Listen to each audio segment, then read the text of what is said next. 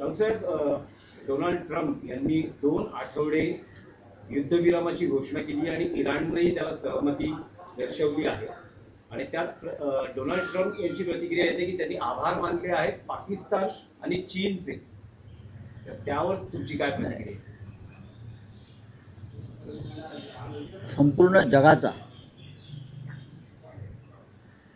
विध्वंस होईल अशा प्रकारचं हे युद्ध सुरू होतं. हजारो लोक मारले गेले. अखाती राष्ट्रामधल्या दुबई असेल, कुवेत असेल, बहरीन असेल, इस्रायल असेल, अशा अनेक ठिकाणी शेकडो लोक मारले गेले. पण इराणसारखा देश हा इस्रायल आणि अमेरिकेसारख्या महाशक्तींना शरण गेला नाही. 35 दिवसापेक्षा जास्त काळ अमेरिकेला झुंजवत ठेवलं, इस्रायलला झुंजवत ठेवलं. आणि अमेरिका आणि इस्रायलविषयी जी काय फालतू भीती होती जगाच्या मनात, ती भीती इराणने मोडून काढली. देशासाठी कसं लढावं, राज्यकर्त्यांनी कसं बलिदान करावं, आपल्या देशासाठी जनतेने कसं बलिदान करावं, हे इराणनं जगाला दाखवून दिलं. तरीही इराणचं नुकसान झालं. इस्रायलचं त्याहून जास्त नुकसान झालं. आणि अमेरिकेसारख्या म्हणजे ट्रम्पसारख्या एका झुंड राष्ट्रप्रमुखाला धडा शिकवला. पण शेवटी युद्धात मध्यस्थी करण्याचं श्रेय पाकिस्तानला जात आहे. चीन तर मोठा देश आहे, पण पाकिस्तानला सुद्धा जात आहे. लक्षात घ्या, पाकिस्तान पुन्हा एकदा जगाच्या नकाशावर आला या निमित्तानं. हे श्रेय नरेंद्र मोदींनी घ्यायला पाहिजे होतं. हे श्रेय भारताला मिळायला पाहिजे होतं. इतका मोठा देश महाविश्वगुरूला मिळायला पाहिजे होतं की आम्ही हे युद्ध थांबवलं. ट्रम्प, इराणचे राज्यकर्ते आणि इस्रायलचा नेतन्याहू यांना आम्ही एका टेबलावर आणलं आणि जगामध्ये शांततेचा संदेश दिला.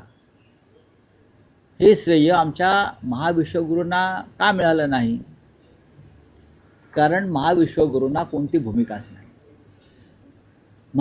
तिथे जगात युद्ध सुरू आहे आणि महाविश्वगुरू केरळ, पश्चिम बंगाल, आसाम, तामिळनाडू येथे आपल्या राजकीय विरोधकांवरती बॉम्ब टाकत होते.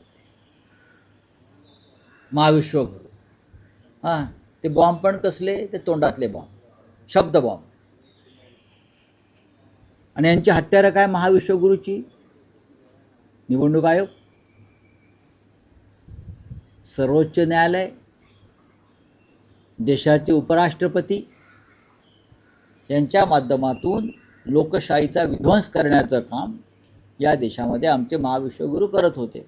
आणि तिकडे जागतिक युद्ध थांबवण्याचं श्रेय हे चीन आणि पाकिस्तानने घेतलं आहे.